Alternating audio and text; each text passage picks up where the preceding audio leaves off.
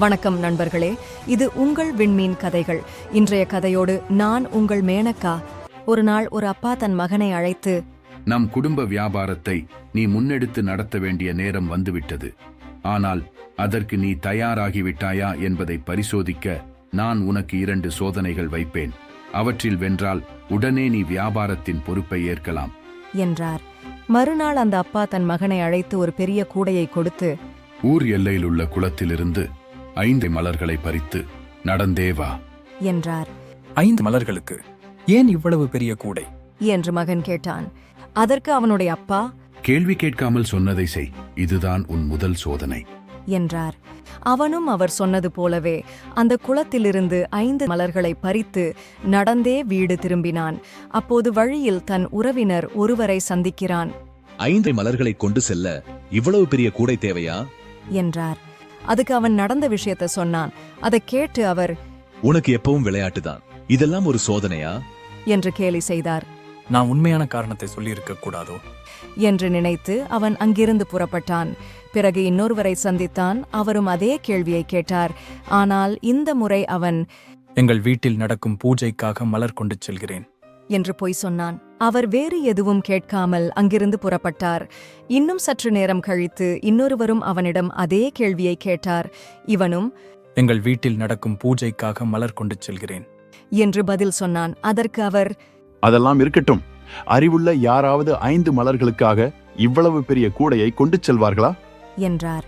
நான் இப்போது ஏதாவது காரணம் சொல்லி சமாளிக்கவில்லை என்றால் இவர் என்னை முட்டாள் என நினைத்திடுவார் என்று யோசித்து, நான் வெறும் தாமரை மலர்களுக்காக மட்டும் இந்த கூடையை கொண்டு வரவில்லை, சந்தையில் ரோஜாக்களும் வாங்கப் போகிறேன் என்றான்.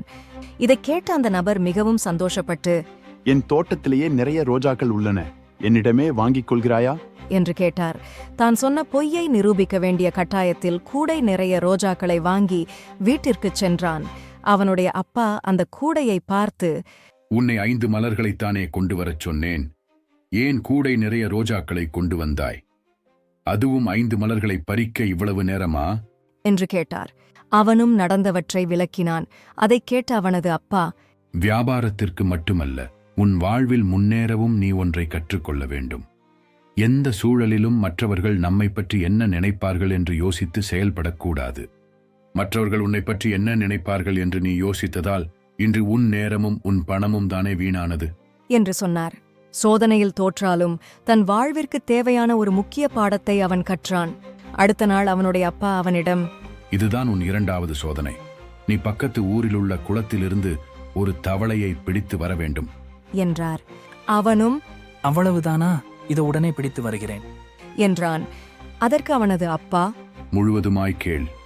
அந்த குளத்தில் வானவில் நிறத்தில் ஒரு தவளை இருக்கும். அந்த தவளை மற்றவர் மனதில் நினைப்பதை புரிந்து கொண்டு அதை நம்மிடம் சொல்லும். நீ அந்த தவளையை பிடித்து வந்தால் நம் கடையின் வாடிக்கையாளர்கள் நம்மை பற்றி என்ன நினைக்கிறார்கள் என நாம் தெரிந்து கொள்ளலாம் என்றார். அவனும் இது நல்ல யோசனையாக இருக்கிறதே என்று நினைத்து பக்கத்து ஊருக்கு புறப்பட்டான். நாள் முழுவதும் அந்த குளத்தில் தேடியும் அவனுக்கு அந்த தவளை கிடைக்கவில்லை. சூரியன் அஸ்தமிக்கும் சமயத்தில் அவனுக்கு வானவில் நிற தவளை கிடைத்தது. அதை ஒரு ஜாடியில் போட்டுவிட்டு, உண்மையிலேயே இந்த தவளை பேசுமா என்ற சந்தேகத்துடன் அதை பார்த்தான். அதை அறிந்த அந்த தவளை, நீ இந்த சோதனையிலும் தோற்கத்தான் போகிறாய் என்றது. அவன் அதை கண்டுகொள்ளாமல் தன் வீட்டிற்குச் சென்றான். அவனுடைய அப்பா அவனை பார்த்து, நீ இந்த சோதனையிலும் தோற்றுவிட்டாய் என்றார். அதிர்ச்சியடைந்த அவன், நீங்கள் சொன்ன தவளையைத்தான் நான் கொண்டு வந்து விட்டேனே, பிறகு ஏன் நான் தோற்றுவிட்டேன் என்கிறீர்கள் என்றான். அதுக்கு அவனுடைய அப்பா, உனக்கு எத்தனை முறைதான் நான் சொல்வது? நேற்றுதான் மற்றவர்கள் நம்மை பற்றி என்ன நினைப்பார்கள் என்று யோசிக்க கூடாது என்று கற்றுக் கொடுத்தேன். இன்றும் நீ அதையே செய்கிறாய். மற்றவர்கள் மனதில் என்ன நினைக்கிறார்கள் என்பதை அறிந்து நம்மிடம் சொல்லும் தவளையை தேடி கண்டுபிடித்து கொண்டு வந்திருக்கிறாயே என்றார். அவனுக்கு அப்போதுதான் அனுபவம் கற்றுத்தரக்கூடிய பாடம் புரிந்தது. முதல் முறை செய்தால் தவறு, அதையே மறுமுறை செய்தால் அது முட்டாள்தனம். நன்றி. மீண்டும் அடுத்த வீடியோவில் சந்திப்போம்.